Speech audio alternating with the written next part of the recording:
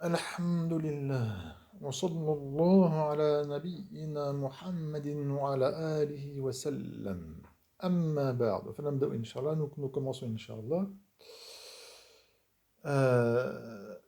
عن عكرمة مولى ابن عباس رضي الله عنهما. Alors pourquoi on dit رضي الله عنهما pour Ibn Abbas? Parce que Ibn Abbas, son nom bien sûr c'est Abdullah, et donc c'est le fils de Abbas. Et Abdullah et son père Abbas, les deux étaient deux sahaba. Huma sahabiyan, ce sont deux sahaba. Donc c'est pour ça que quand on dit Ibn Abbas ou Abdullah ibn Abbas, de dire radiyallahu anhuma, anhuma, aux deux, qu'Allah les soit satisfait de deux. De deux. Et donc de Ikrama. Ikrama qui est un tabi'i, qui était notamment un des élèves de Ibn Abbas et qui était aussi son maoula. Maoula, alors ça a plusieurs sens, normalement ici c'est dans le sens comme quoi c'était un esclave qui était affranchi par Ibn Abbas, mais le maoula peut avoir d'autres sens.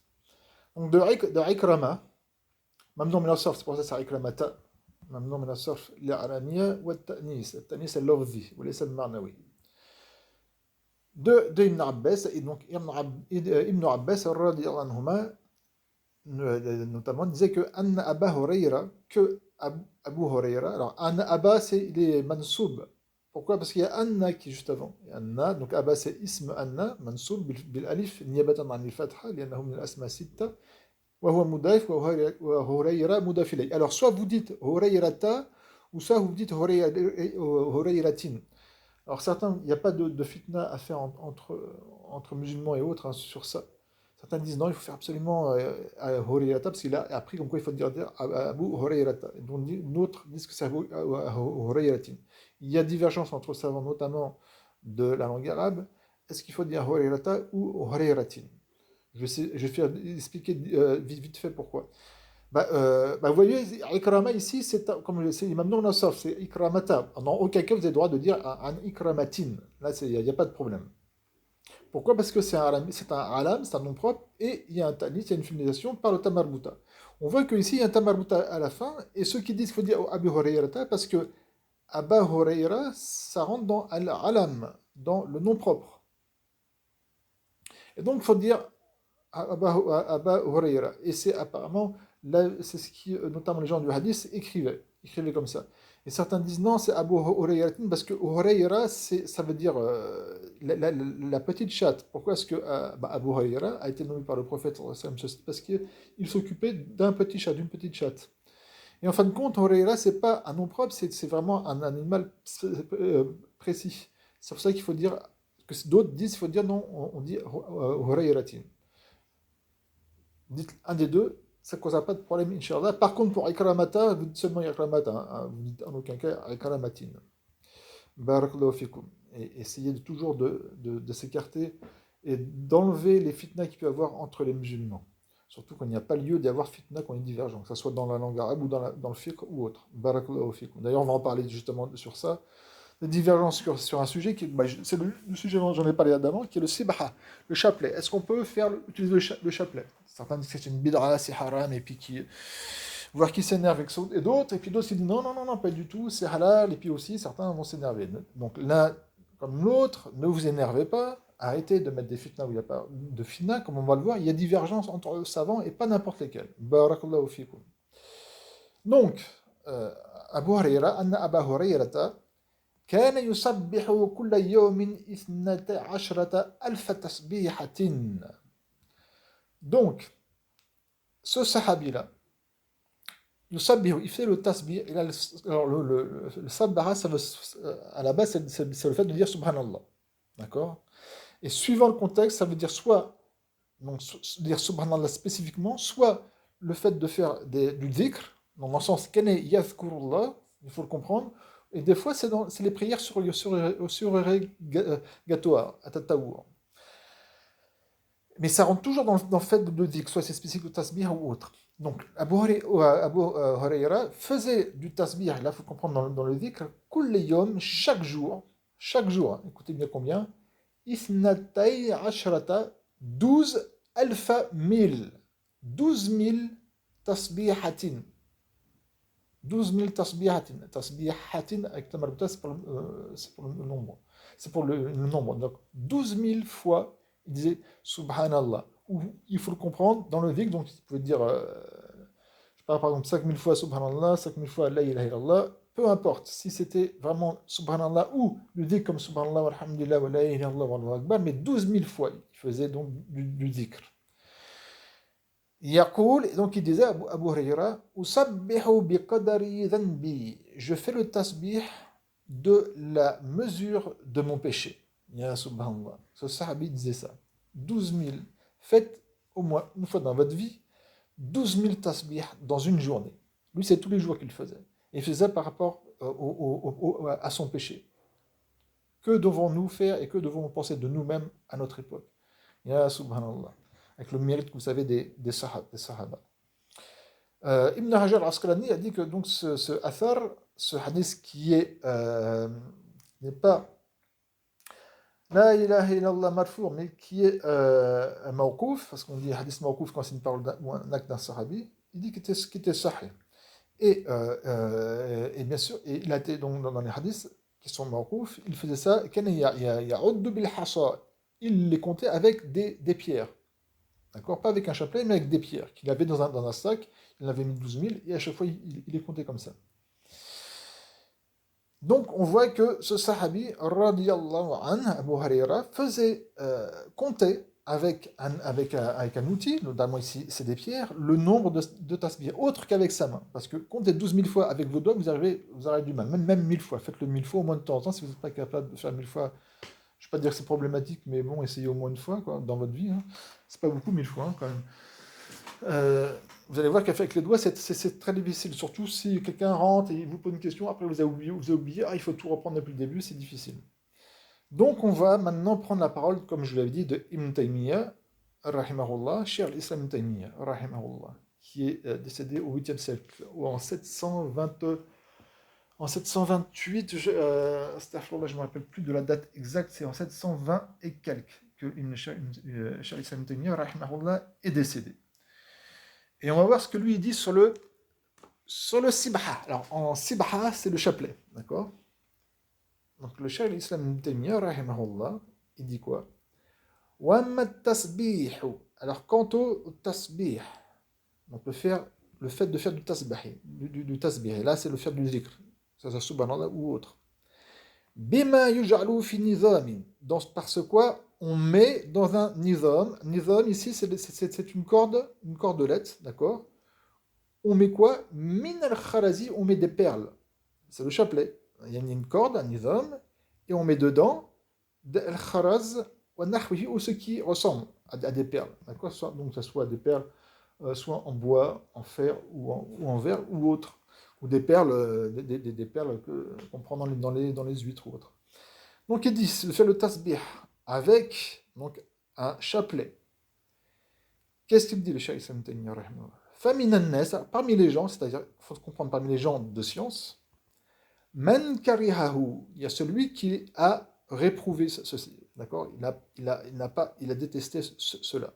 Wa minhum, et parmi eux, parmi les gens de science, man lam yakrahu, il y a celui qui n'a pas détesté ceci, qui n'a pas réprouvé ceci. Donc il y a divergence. Vous voyez déjà, il pose le problème comme quoi, attention, il y a divergence. Et le minimum d'un talib al-ilm, et même du musulman, il sait qu'il y a une divergence entre ulama, il n'y a pas de fitna à avoir. Soit quand on prend son avis, on prend son avis avec hikmah, avec sagesse, avec pondération, on ne va pas s'énerver, on ne va pas crier, on ne va pas insulter, on ne va pas donner des sobriquets, se moquer ni rien, parce que se moquer d'une personne qui ne suit pas notre avis, ça revient en fin de compte non pas à se moquer de personne, mais à celui qui a fait le hukm, qui a décrété, donc c'est aux savants et aux savants. Donc ça revient à se moquer aux ulama sur la personne de laquelle vous vous moquez. Comprenez bien ceci, wa riyaz billah. Donc il pose le problème comme ça, le Cheikh Ibn Taymiyyah, rahimahullah. Donc il y a le fait de faire le tasbih avec un chapelet, parmi les gens de science, il y en a qui ont dit que c'était makruh, c'est une chose qui est détestable, et d'autres qui disent non, c'est pas makruh. Et maintenant, on va voir son avis à lui. C'est intéressant d'avoir son avis. Mais écoutez bien, et vous ouvrez bien vos oreilles, hein, parce qu'il y en a que ça risque de faire mal. Et il dit ceci. Alors, si c'est le kasra de Nahwi, hein, le ta, c'est le soukoun. وَإِذَا أُحْسِنَتْ فِيهِ النِّيَّةُ. Et donc, si on a une bonne niya dedans, et dans l'utilisation du chapelet, qu'est-ce qui se passe si on a une bonne utilisation dedans? Fahuwa hasanoun. Alors, c'est une bonne chose, c'est bon. Hasanoun. Et en plus, après qu'est-ce qu'il dit le Cheikh Islam Taymiyya, rahimahullah, il confirme, il affirme et il dit Ghayru makruh, et ce n'est pas détesté. Voilà l'avis de Cheikh Islam Taymiyya, rahimahullah, dans le tasbih avec un chapelet. Il dit que que s'il y a une bonne niya qui est dedans, donc c'est que veut dire quoi de bonne niya? Revenez je vais vous donner les références qui est ici. Ceux qui font ça devant tout le monde pour se faire voir, pour faire riya par ostentation, eh bien c'est haram. Mais c'est comme la prière. Vous savez qu'une personne qui va dans la mosquée et qui va prier dans la mosquée pour se faire voir des gens, eh bien sa prière, elle revient contre lui, riyaz billah, et ça peut l'amener riyaz billah, en enfer, parce qu'en fin de compte, il a fait ça avec riya. Donc c'est pas seulement le tasbih avec le sibra, mais tout acte d'adoration qui est fait pour se faire voir des gens, que ce soit la prière, que ce soit le jeûne, combien aussi prie et dit moi je prie ceci et cela, alors qu'il n'a pas à le dire. Ou moi je jeûne, attention je jeûne, il n'a pas à le dire. Moi je fais des sadaqat, il n'a pas à le dire. Tu fais ça pour Allah, Azza wa Jal, pour que les gens le sachent. Pour le chapelet, c'est la même chose. Donc la bonne niya, c'est on utilise quoi? Seulement pour compter, pas pour autre chose, pas pour se faire voir des gens, comme quoi, attention, on fait beaucoup de zikr ou quoi. Après, si les gens nous voient, ben, les gens nous voient. Comme pareil, à la mosquée, quand on va prier à la mosquée, ben, les gens nous voient, on ne peut rien y faire, etc. Donc, je répète ce qu'il dit. وَإِذَا أُحْسِنَتْ فِيهِ النِّيَّةُ. Et si la niyya, l'intention, a été bonne dedans, dans l'utilisation du chapelet, alors qu'est-ce que c'est? فَهُوَ حَسَنٌ. Alors c'est bon, Hassan, c'est une bonne chose d'utiliser le chapelet. Comprenez ça, ça c'est l'avis du Cheikh Ibn Taymiyyah, rahimahullah.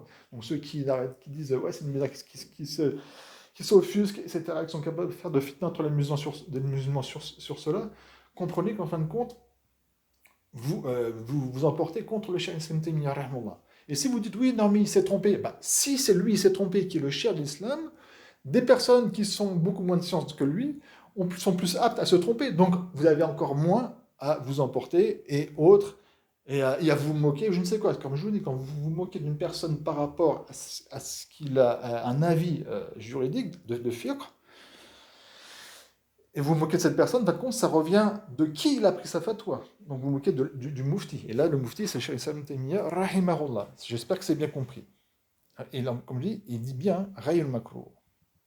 Vous trouvez cette parole-là, avec, en plus, je n'ai pas du tout, mais il détaille notamment le fait que, comme j'ai dit, il ne faut pas faire ça avec ostentation, quand on utilise le sibaha, le chapelet, il ne faut pas faire ça avec tentation pour se faire voir des gens. Comme pour la prière, quand on fait la prière à la mosquée, il ne faut pas faire ça pour se faire voir des gens, c'est pour Allah Azza wa Jal, etc.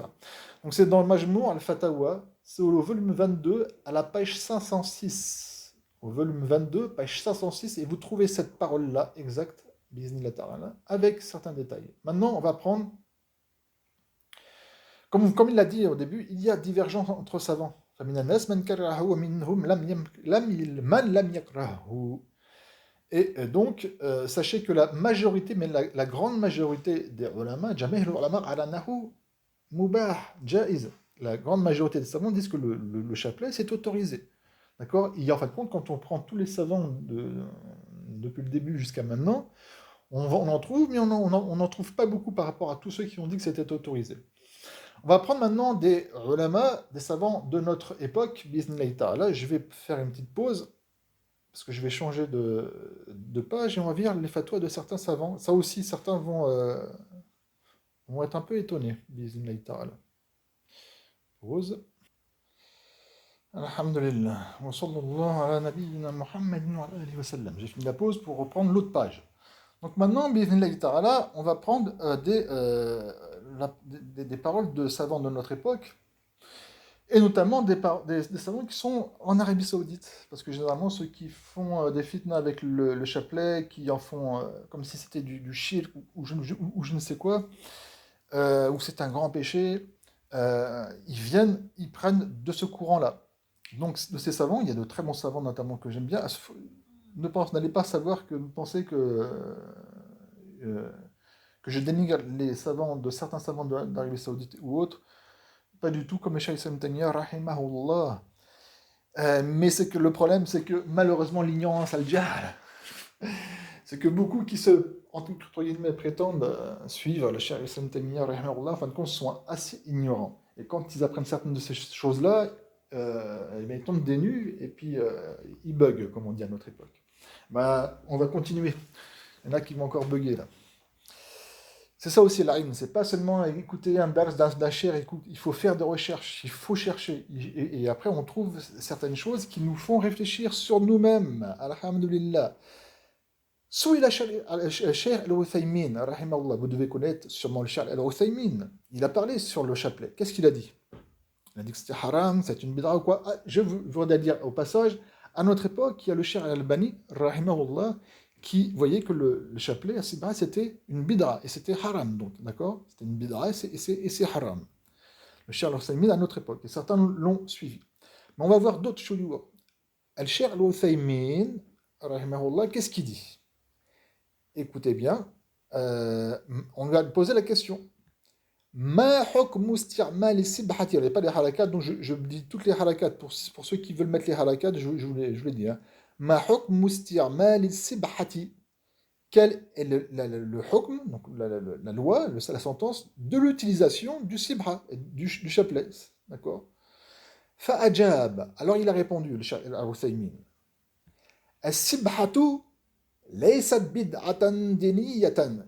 As-sibha, d'accord, donc le chapelet, ce n'est pas laysat une bid'a religieuse. Eh oui, parce que ce qu'il veut dire? Parce qu'il veut dire que c'est une bid'a, c'est une innovation, d'accord, mondaine, c'est un outil, mais dans la religion, ce n'est pas une bid'a.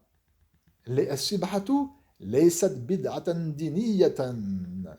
Ensuite, il dit wa dhalika, et ceci, le hukm, comme quoi il dit que ce n'est pas une bid'a religieuse, ceci, li'anna, il donne la cause, parce que, li'anna, parce que, al-insana, ism li'anna, l'être humain, la yaqsidu ta'abbuda lillahi biha, il ne vise pas l'adoration d'Allah par elle. C'est-à-dire que ce n'est pas le fait d'utiliser la sibra que c'est une adoration. Non, c'est le dhikr qu'on fait. Vous allez voir ce qu'il va dire, ça va vous éclaircir. Innama adatu hasr. Et ce n'est que pourquoi? Que pour une chose, yaqsid dabt adadil tasbih. Il vise le fait de bien avoir le nombre de tasbih. D'accord? Quand vous faites 1000 istighfar avec, ça, avec les doigts, c'est difficile, surtout quand ça prend du temps, encore plus si vous en faites 10 000 ou autre. Et comment dirais-je, vous êtes des fois perturbé, vous ne pouvez pas qu'on ait quelqu'un qui va venir ou autre, et après vous allez vous tromper. Donc il faut quelque chose. Alladhi yaqul. Donc Uthaymin dit bien que ce n'est pas une bid'a religieuse, et ceci parce que l'être humain, il ne vise pas par biha. Et par cette biha, ça revient à sibra. Il ne vise pas par l'utilisation de la sibra du chapelet, le fait que ce soit une adoration pour Allah. D'accord? Donc, il n'y a pas de hasanat à utiliser le sibra. La hasanat qu'il y a, les bonnes actions, ou quoi, c'est le dhikr en lui-même, pas l'utilisation en lui-même du sibra. Alors, pourquoi alors, utiliser un sibra, un chapelet? Ben, il le dit. وَإِنَّمَا يَقْصِدُ ضَبْطَ عَدَدِ التَّسْبِيحِ. Il ne vise par cela que de bien utiliser, faire le nombre de tasbih. Alladhi yaqulu, qu'il va dire, le fait de dire subhanallah. Aout al-tahlil. Al-tahlil, c'est le masdar du verbe hallala yuhallilu, c'est le fait de dire la ilaha illallah. Ou par exemple, quelqu'un va dire, je vais dire 1000 la ilaha illallah, ou 5000 la ilaha illallah. Aout tahmid, le tahmid, bah, la hamd, c'est le fait de dire alhamdulillah. Ça, c'est des verbes. Hein. Sabbaha, c'est le fait de dire subhanallah. Hallala, c'est le fait de dire la ilaha illallah. Hammada, c'est le fait de dire alhamdulillah. Aout takbir, bah, le takbir, c'est connu, c'est le fait de dire Allahu Akbar. Donc il dit encore, il précise bien, fahiya wasilatun. Donc elle est, quoi, le sibra, le chapelet, parce que sibra c'est féminin, hein, un chapelet en français, mais sibra c'est féminin, à cause du tamaluta. Donc il est le chapelet, wasilatun, c'est un moyen, c'est seulement un moyen. Walaysat maksudatan. Fahiya wasilatun walaysat maksudatan. D'accord? Khabar laysa, c'est pour ça que je dis maksudatan. Et voici la toune, c'est khabar. Et le hiya ici, c'est le mubtada. Un petit peu d'arabe. Donc c'est un moyen, ce n'est pas une chose qui est visée. et afin d'adorer Allah Azza wa Jal. Walakin, et il dit, walakin, mais, al-afdalu, le meilleur, soit vous dites walakin al-afdala, ou soit vous dites walakin avec un soukoun, et là c'est al-afdalu. Vous avez le choix entre les deux. Al-afdalu minha, le meilleur donc, du chapelet, c'est quoi? أن يقعد الإنسان تسبيح بأنامله. C'est donc qui compte, c'est que l'être humain compte son tasbih, d'accord, qu'il fait avec namili, avec avec le bout de ses doigts. Pourquoi? Parce que ça, c'est ce que le faux prophète sallallahu alayhi wa sallam faisait, d'accord? Et maintenant, il y a un hadith qui il a dit que les phalanges qu'on utilise pour faire le tasbih après la prière ou autre, elles parleront le jour de la résurrection pour dire un tel a fait avec moi tant de tasbih, etc. Donc c'est bien, c'est sunna, là on peut dire, c'est sunna de faire avec les phalanges des doigts. Et quand, par exemple, quelqu'un, on va parler concrètement, après la prière, vous savez, il y a 33, subhanallah, à dire 33, alhamdulillah, 33, Allahu Akbar, ça, on peut le faire avec les doigts, il n'y a pas de problème. Il y en a qui n'arrivent pas avec les doigts, bon, bah, ils vont le faire avec un chapelet, s'il y a, ça n'arrive pas. Enfin, personnellement, moi, je dirais que ça ne cause pas de problème. Mais faire sunna. Mais comme je dis, quand on veut faire des 1000, des 5000 et autres, avec les doigts, ça devient impossible. Et même Abu Huraira, quand il faisait 7-12 000, il faisait avec des pierres. Ça, c'est la fatwa de Cheikh Al-Wassaymin, comme quoi il dit bien que ce n'est pas une bid'a. Donc c'est utilisé, mais le mieux, c'est avec les phalanges, comme il n'a pas cité le hadith ici, je ne l'ai pas cité, mais vous devez. Si vous ne connaissez pas ces hadiths-là, cherchez-les, vous les trouvez assez facilement. Le mieux, c'est tant qu'on peut, c'est avec les phalanges. Mais quand ça devient un nombre important et qu'après on va se tromper quoi, le problème aussi, c'est quand on fait avec les phalanges, avec les doigts, et qu'on fait un nombre important, à un moment donné, on se concentre plus à ne pas se tromper, parce qu'on peut être dérangé par une personne ou autre, et de perdre le nombre, que le zik en lui-même. Et ceux qui ont l'expérience de faire du zik et beaucoup de zik, ils le savent. Ceux qui ont fait l'expérience avec les doigts et avec le sibra, avec le chapelet, ils le savent. Quand vous faites avec les doigts, vous faire 1000 avec les doigts, à un moment donné, vous vous concentrez plus à compter, à ne pas perdre, que le zik en lui-même. Alors que quand vous avez un chapelet, eh bien, vous préoccupez pas du nombre parce que hop, automatiquement, avec le doigt, vous faites passer les perles et donc vous fixez seulement sur le dhikr. Donc là, c'est quand il y a un nombre important, c'est vraiment intéressant de faire le chapelet parce que vous vous concentrez seulement sur le dhikr et non pas à faire attention de ne pas louper une phalange, de ne pas être dérangé, etc. Entre guillemets. On va continuer avec d'autres savants. Maintenant, on va prendre Al-Lajna Da'ima. Al-Lajnatu Da'imatu lil-Buhuth al-Ilmiyya wal-Ifta.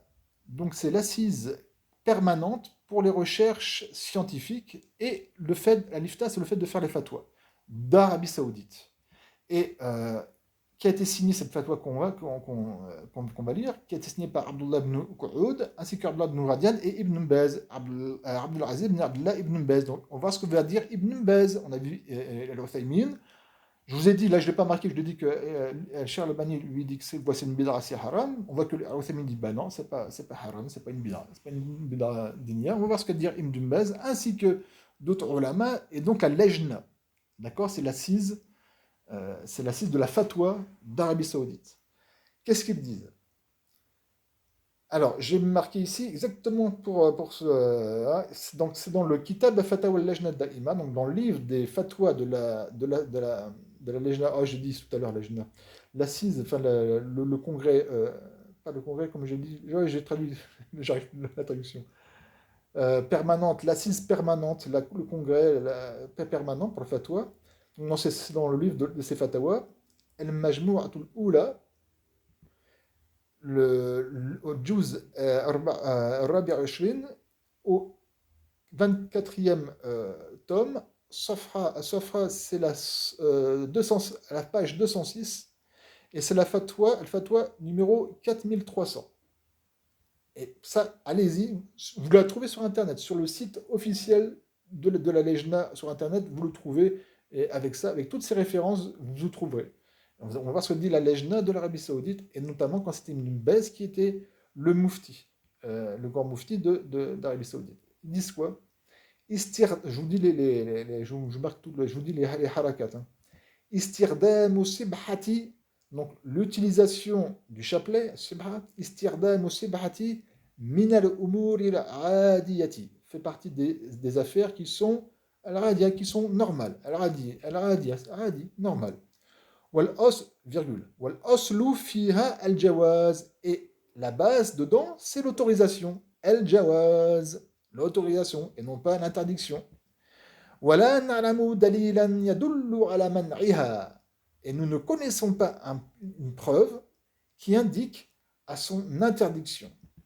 ولا نعلم دليلا يدل على منعها. Donc voilà. Ça, je voulais mettre ça, une petite mise au point sur ceci, parce que malheureusement, certains exagèrent sur cela.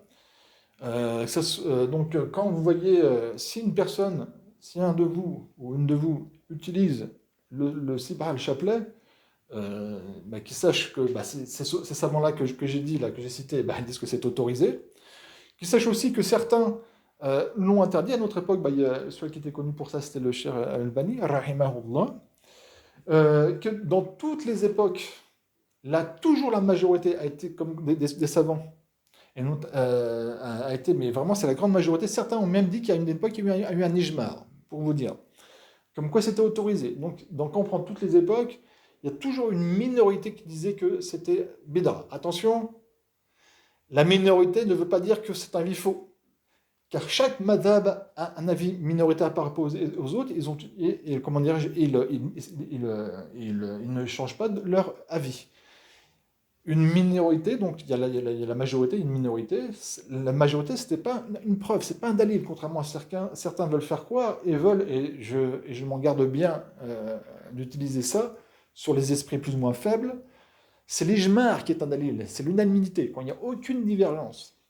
Donc même s'il y a eu très peu, eh bien c'est à considérer et qu'on respecte ceux qui prennent cet avis-là, il n'y a pas de fitna à avoir. Inversement aussi, d'accord, comme d'autres sujets qu'on pourra parler aussi, qui malheureusement, et en plus quand c'est vraiment dommageable quand on voit des chouyours, quand c'est des ignorants comme vous trouvez en France ou autres qui se chamaillent sur ce genre de choses, alors qu'il n'y a pas, mais ce qui est vraiment dommageable, c'est quand on voit qu'il y a certains chouyours qui n'arrivent pas à assimiler et à avoir un bon comportement avec ce genre de choses, que ce soit avec le Sibra ou d'autres. Hein. Je ne veux pas citer d'autres événements pour l'instant, où en fin de compte, quand on étudie bien, il y a divergence, etc. Il y a un hadith que je n'ai pas cité, où le prophète, sallallahu alayhi wa sallam, est passé devant une femme, une sahabiya, une de ses femmes, qui faisait le tasbih avec des pierres. Et ce hadith, eh bien, s'il est Hassanun ou Sahih, eh bien, l'histoire est finie. Et s'il est Darif, eh bien, il y a divergence.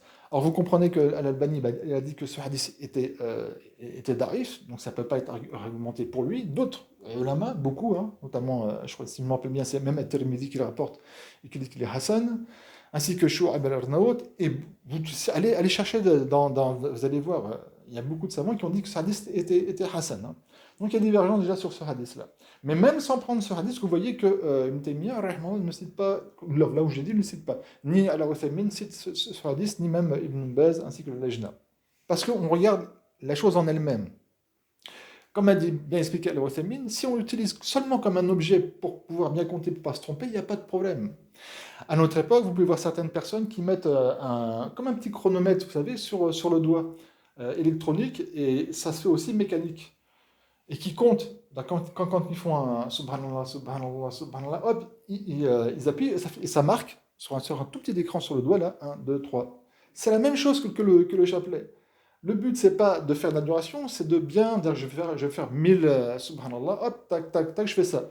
C'est la même chose, c'est pas une bid'a, ou c'est pas, non, le chapelet c'est une bid'a, mais le petit compteur, c'est pas une bid'a, non. C'est la même chose. L'un ou l'autre, c'est la même chose. C'est un outil, c'est un wasila, c'est un moyen qui est utilisé afin de bien compter le nombre de zikr qu'on fait, de ne pas se tromper. Barakallahu fiikum. Subhanakallahumma wa bihamdik. La ilaha illa ant. Astaghfiruka wa atubu ilayk.